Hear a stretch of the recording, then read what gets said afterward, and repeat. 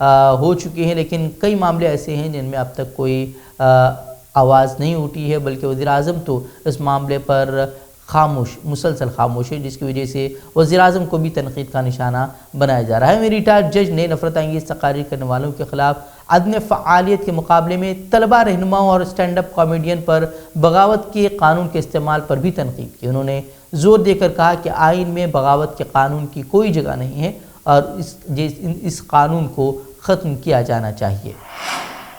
نظر بڑھتے اب عالمی خبروں کی طرف۔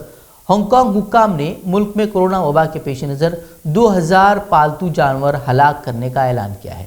رپورٹ کے مطابق ہانگ کانگ میں جانوروں کی ایک دکان میں کورونا کی مثبت رپورٹ سامنے آئی تھی، جس کے بعد فیصلہ کیا گیا کہ اس دکان میں موجود تمام جانور ختم کر دیے جائیں گے۔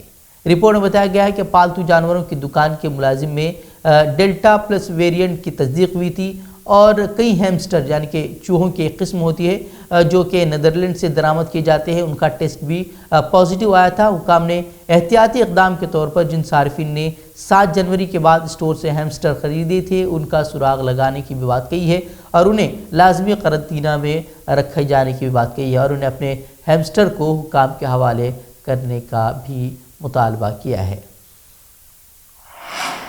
افغانستان کے وزیر اعظم نے مسلمان ممالک سے مطالبہ کیا ہے کہ وہ طالبان کی حکومت کو باضابطہ طور پر تسلیم کرنے والے پہلے ملک بنے، کیونکہ امداد پر انحصار کرنے والے ملک کو معاشی تباہی کا سامنا ہے۔ رپورٹ کے مطابق ابھی تک کسی بھی ملک نے طالبان کو تسلیم نہیں کیا ہے۔ محمد حسن ناخن نے کابل میں ملک کی بڑھتی معاشی پریشانیوں کو حل کرنے کے لیے بلائی گئی ایک کانفرنس میں کہا کہ میں مسلمان ممالک سے مطالبہ کرتا ہوں کہ وہ آگے بڑھیں اور باضابطہ طور پر افغان کی طالبان حکومت کو تسلیم کریں۔ پھر انہوں نے کہا کہ امید ہے کہ ہم تیزی سے ترقی کر سکیں گے۔ ان کا کہنا تھا کہ ہم یہ عہدیداروں کے لیے نہیں بلکہ اپنے عوام کے لیے چاہتے ہیں اور یہ کہ طالبان نے امن اور سلامتی کے بحالی کے ذریعے تمام ضروری شرائط کو بھی پوری کر دی ہے۔ دوسری جانب بین الاقوامی لیبر آرگنائزیشن نے کہا ہے کہ سال 2021 کی تیسری سہ میں 5 لاکھ افغانوں نے اپنی ملازمتیں کھو دی تھی اور رواں سال کے وسط تک یہ تعداد 9 لاکھ تک پہنچنے کی توقع ہے، جس سے خواتین غیر متناسب طور پر متاثر ہوں گی۔ ترک صدر رجب طیب اردوان نے اسرائیل کے ساتھ تعلقات کی بحالی کا اندیہ ظاہر کرتے ہوئے کہا ہے کہ اسرائیلی صدر ایزاک ہرزوگ جلد ترکی کا دورہ کر سکتے ہیں۔ سربیا کے صدر کے ترکی کے دورے کے دوران جب میڈیا نے اسرائیل کے ساتھ تعلقات کے حوالے سے ان سے سوال کیا تو سوال کے جواب میں ترک صدر نے انکشاف کیا کہ اس وقت اسرائیلی صدر کے ساتھ ہمارے مذاکرات جاری ہیں اور عین ممکن ہے کہ وہ ترکی کا دورہ کریں۔ ترک صدر نے مزید کہا کہ اسرائیلی وزیر اعظم نفتالی بینٹ بھی ترکی کے ساتھ تعلقات کی بحالی کے معاملے پر مثبت موقف رکھتے ہیں اور ترکی کا ہدف بھی مثبت سوچ کے ساتھ کسی حتمی نتیجے پر پہنچنا ہے۔ اس موقع پر ترک صدر نے کہا کہ بحیثیت سیاستدان ہم لڑائی جھگڑے نہیں چاہتے بلکہ امن کا رجحان رکھتے ہیں۔ اگر خطے میں قیام امن کے لیے پیٹرول وسیلہ بن سکتا ہے تو ہم اسے استعمال کریں گے۔